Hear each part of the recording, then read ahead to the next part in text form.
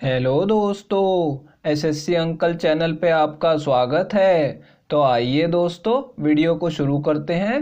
तो आइए दोस्तों, ये पहला सवाल देखते हैं। 6 पुरुष अथवा 9 महिलाएं किसी कार्य को 24 दिन में पूरा कर सकते हैं, तो 2 पुरुष और 5 महिलाएं मिलकर उस कार्य को कितने दिन में पूरा करेंगे, ये हमें बताना है दोस्तों।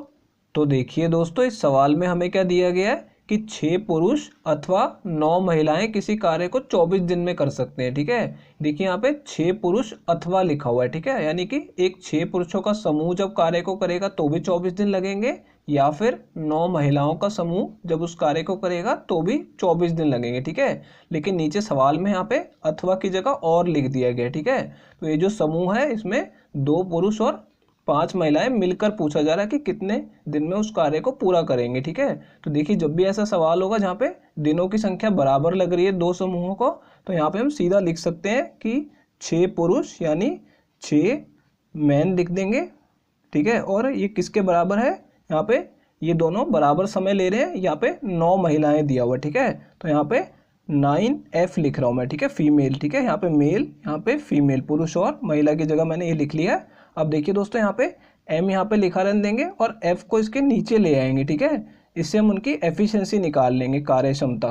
तो देखिए यहाँ पे F को मैं नीचे ले आया हूँ और ये जो 6 हमारी संख्या है इसको 9 के नीचे भेज देंगे। ठीक है, संख्या को संख्या के नीचे भेज देंगे यहाँ पे भाग होने के लिए। अब इन दोनों को 3 से काट लेंगे तो कितना आ जाएगा, ये ऊपर 3 आ जाएगा 3 से काटेंगे तो, और नीचे 2 आ जाएगा। ठीक है, यानी पुरुष की कार्य क्षमता कितनी है, एक पुरुष की 3 और एक महिला की कितनी है, 2 है। ठीक है, यहाँ तक हमने निकाल लिया।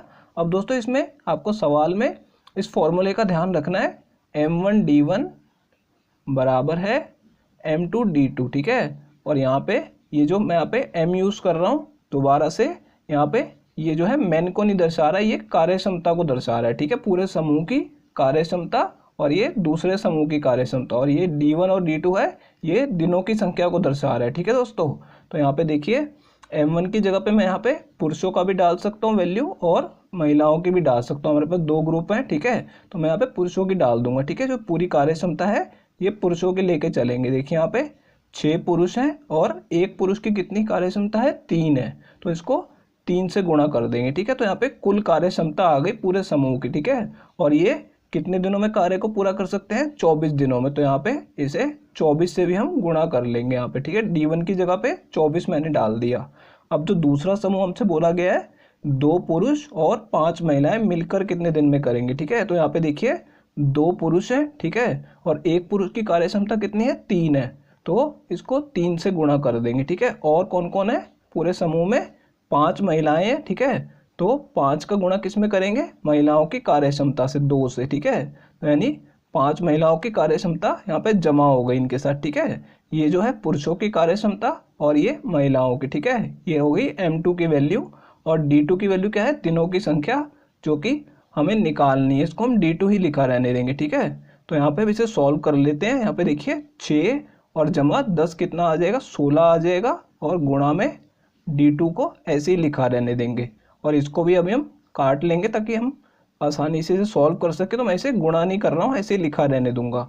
अब देखिए दोस्तों, यहाँ पे इन दोनों को 8 से काटा जा सकता है, तो यहाँ पे 3 आ जाएगा और यहाँ पे 2 आ जाएगा। ठीक है, और इस 2 से 6 को फिर से काट देंगे तो यहाँ पे 3 और आ जाएगा। अब इन तीनों को गुणा करेंगे तो कितना आ जाएगा, 27 आ जाएगा।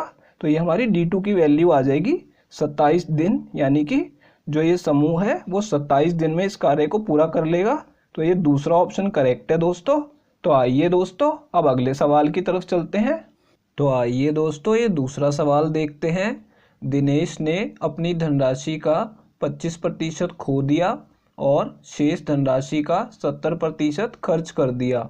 यदि उसके पास 108 रुपये शेष हैं तो उसके पास प्रारंभ में कितनी धनराशि थी, हमें बताना है दोस्तों इस सवाल को करने की आज मैं आपको बहुत ही आसान शॉर्ट ट्रिक बताने वाला हूँ। देखिए दोस्तों, सवाल में क्या बोला गया है कि उसके पास 108 रुपये शेष हैं। ठीक है, और हमसे पूछा जा रहा है कि उसके पास प्रारंभ में कितनी धनराशि थी। तो देखिए यहाँ पे मैं यहाँ पे लिख दूंगा कि उसके पास प्रारंभ में कितनी धनराशि थी, और हमें क्या दिया हुआ है कि शेष उसके पास कितने पैसे बचे हैं। ठीक है, तो इन्हीं दोनों पे हमें काम करना है। ठीक है, अब देखिए यहाँ पे उसने अपनी धनराशि का 25% खो दिया, तो यहाँ पे मैं क्या लिखूंगा, प्रारंभ में उसके पास धनराशि 100 थी, ठीक है, और उसने 25% खो दिया, तो यानी उसके पास शेष कितने रह गए, 25% खोने के बाद 75 शेष रह गए, ठीक है, यानी 100 में से उसने 25 खो दिया। तो इस तरीके आपको एक अनुपात बना लेना है, ठीक है। उसके बाद शेष धनराशि का क्या बोला जा रहा है, 70% उसने खर्च कर दिया, तो आपको क्या करना है, फिर से एक बार 100 लिख लेना है। अब इसमें से उसने 70% खर्च कर दिया 100 में से, ठीक है, तो शेष कितना बच जाएगा, 30 बच जाएगा, ठीक है। तो इसको भी अनुपात में ले लेना है। अब देखिए दोस्तों, इसे काट के सॉल्व कर लेंगे, 0 से 0 काट देंगे और इन दोनों को 25 से काट देंगे तो कितना बचेगा, यहाँ पे 3 आ जाएगा और यहाँ पे 4 आ जाएगा, ठीक है।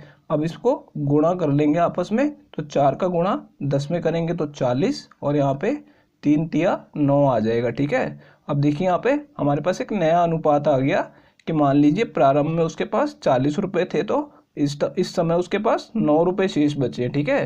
लेकिन सवाल में क्या दिया हुआ है, यहाँ पे 108 रुपये शेष है, ठीक है। लेकिन ये अनुपात में है, तो इसके सामने हम लिख लेंगे कि अनुपात में तो उसके पास 9 यूनिट शेष बचे और रुपयों में 108 रुपये, ठीक है। तो इसके सामने 108 रुपये लिख लेंगे।